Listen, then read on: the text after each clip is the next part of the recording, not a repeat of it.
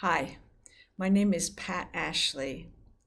I am a retired Presbyterian pastor living in Miami, Florida, and I've served with the Presbyterian Disaster National Response Team for about 11 years. We are thankful today for the invitation to look together at the value of storytelling for the sake of cultivating our resilience. Resilience, that reality in which we are able to bounce back, to pick ourselves up when circumstances bowl us over. And also the ability to sustain doing work that we value, that we hope is doing some good and that matters to us in the midst of ongoing stressful circumstances. There are all kinds of good things that can happen from storytelling to help our resilience. One of them is simply venting, just that action of releasing, of getting from inside of us out into the world some of what is taking place in our lives. As we speak in that way, we may begin to understand the value of that release alone, just getting it out. If we tell our story, if we speak our experience from the stance of a relaxed body, that can maximize the good that comes from talking about what's going on. If we can get oxygen flowing to our brains, if we can relax our muscles while we are talking about things that are difficult, that helps us the most. So why not go ahead and do some of that right now? Just take 2 or 3 deep breaths. Be aware, especially as you exhale, of letting out all the air, so that you can breathe in deeply. Just take a breath.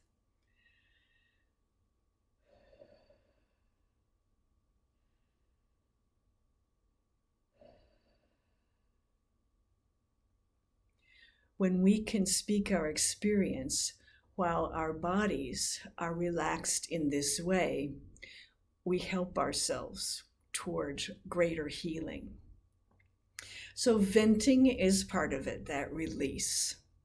As we speak our experience, we may begin to become more conscious of the impact that everything going on is having on us. We may notice physical effects, even health effects sometimes, or what's going on with our sleep patterns or our eating patterns. We may become aware that we are doing some different behaving than we usually do, or we are relating differently. In some cases, we may notice that some of those reactions are not our best selves, and we may begin to consider, what can I do about that? How can I be and become more able to begin to make other choices? As we are talking about what's going on with us, in addition, we are connecting with that other person who is hearing us so compassionately. As John mentioned, our relational connections are part of the whole framework we need in order to be well, to be resilient in the midst of difficult times. So our speaking is a relational connection. While we are speaking, and especially if we tell our story more than once, if we receive opportunities that come to us and maybe are intentional about seeking times to talk about what's happening with us. As John talked about seeking a listening partner, storytelling is one purpose of getting with a listening partner. When we tell it more than once, we may realize that we are beginning to see our experience differently. We can become aware of lessons that we can learn from our experience. We can become more aware of how things are working in the world around us, within ourselves. We begin to make meaning of our experience. I know for me, when Hurricane Andrew blew through South Florida decades ago, we all named it at that time, rightly, disaster. But because I had a chance to talk about what was going on with me, partly just what it was to be living through a disaster, and partly what it was for me to be a pastor in the midst of recovering from disaster, I began to come to some different namings of it.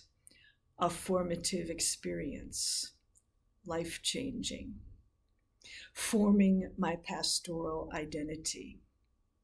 So telling our story can help us integrate it into who we are and to be able to live from lessons learned from it. It's good, of course, if we also speak our positive experiences and stories. And I think especially in these days, it's so easy for those to get lost in the shuffle that it really is important to say some of them out loud. Those good things that just come right out of the blue that we didn't even make happen, but we get to enjoy.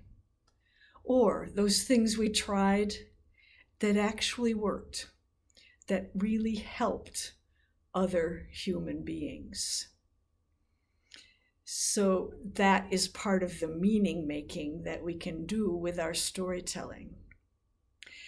As persons begin telling their stories and begin being intentional about telling their stories together, and a VOED is a perfect group of people to do that, it begins to happen that a community does some communal storytelling as well. And that adds to the healing that can come from talking about what has happened. It hasn't been that many weeks since we observed the 26th anniversary of the Oklahoma City bombing. That shared remembrance and claiming that something has happened to us and that we have learned some things and that we desire some things as a result is a part of the transformative effect that telling our story can have on us. So I hope that as you are together in your meeting today, and as you go to do your work in the coming days and weeks, that you will lift up storytelling as one of the possibilities for you to cultivate your resilience. If you're wondering how to get started, you could do it with a piece of paper in front of you and something to write or draw with. That begins to get that motion going from inside of you out onto that receptive, forgiving piece of paper.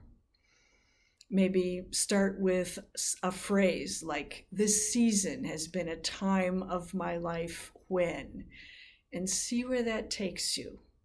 See what words come, what images come, and how that begins to help you unfold your story. Thanks for letting us be with you in this time. We hope that storytelling becomes part of your work as you continue to help recover from pandemic and all that you will be with.